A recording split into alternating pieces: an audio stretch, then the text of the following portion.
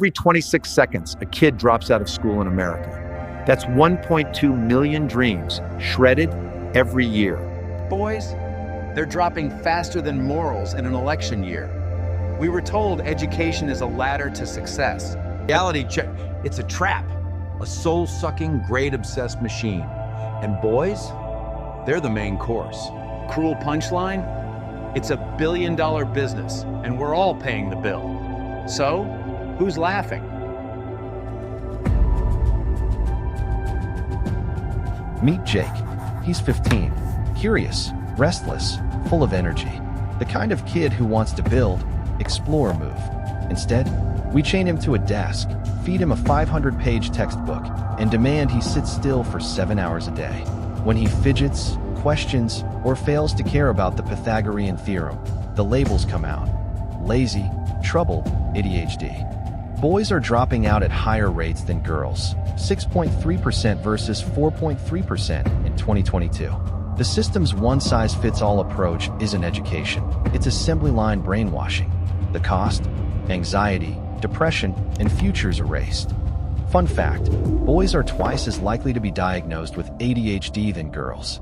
Either boys are genetically defective, or maybe, just maybe, the system is allergic to boys being boys. The education system prioritizes compliance over creativity. Boys, who often thrive on hands-on learning and movement, are stifled by rigid structures. It's like putting a lion in a cage and calling it a pet. Studies show boys with poor mental health are 5 times more likely to drop out of higher education than girls. It's tragic. We medicate or punish instead of nurture. It's easier to label a boy than to change the system. The CDC says 24% of high school boys reported poor mental health during the pandemic. But here's the kicker. Boys are far less likely to ask for help. Why? Because the system taught them to man up. In 2021, 1 in 5 boys aged 12 to 17 had a diagnosed mental health disorder, and 1 in 10 were on psych meds. That's not solving the problem, it's numbing it. Meanwhile, the U.S. education industry rakes in $1.8 trillion a year. Textbooks, tutoring, tests, it's a gold mine. For boys like Jake, it's a minefield. School felt like prison. Sit, memorize, regurgitate, repeat. I was anxious every day. My counselor gave me pills, but they didn't make me care about Shakespeare. I just wanted something real, like fixing cars or coding apps, not another pop quiz. Why is everyone suddenly talking about the education trap? Simple. We've all started to notice. School feels a lot less like preparation and a lot more like a hamster wheel.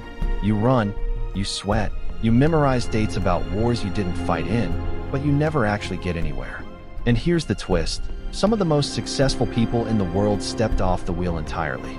Steve Jobs, Bill Gates, Mark Zuckerberg, Richard Branson, they didn't just skip class. They dropped out.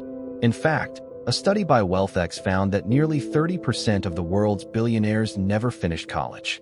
And in the US, about 8% of millionaires never even had a traditional degree. Meanwhile, the rest of us? We're told to keep running, chasing grades that employers don't even care about anymore. On social media, this conversation is blowing up because Gen Z has started asking the one question schools never taught us to ask. Why? Why pay $200,000 for a degree that puts you in debt for 20 years, when you could learn the same skills online for free?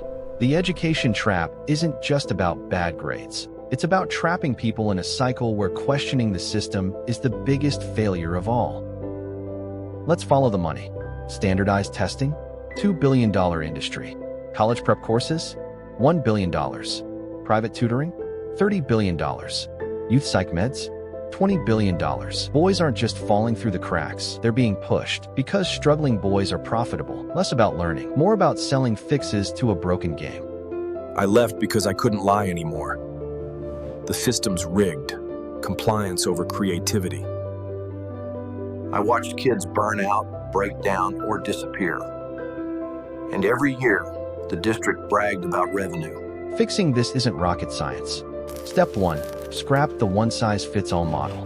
Boys thrive with hands-on learning, trades, tech, apprenticeships.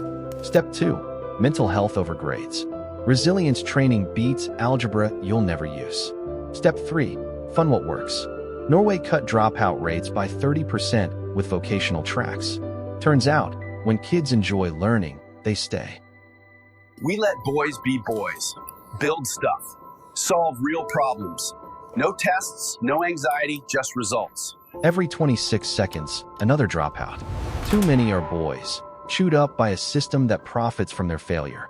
But it doesn't have to be this way.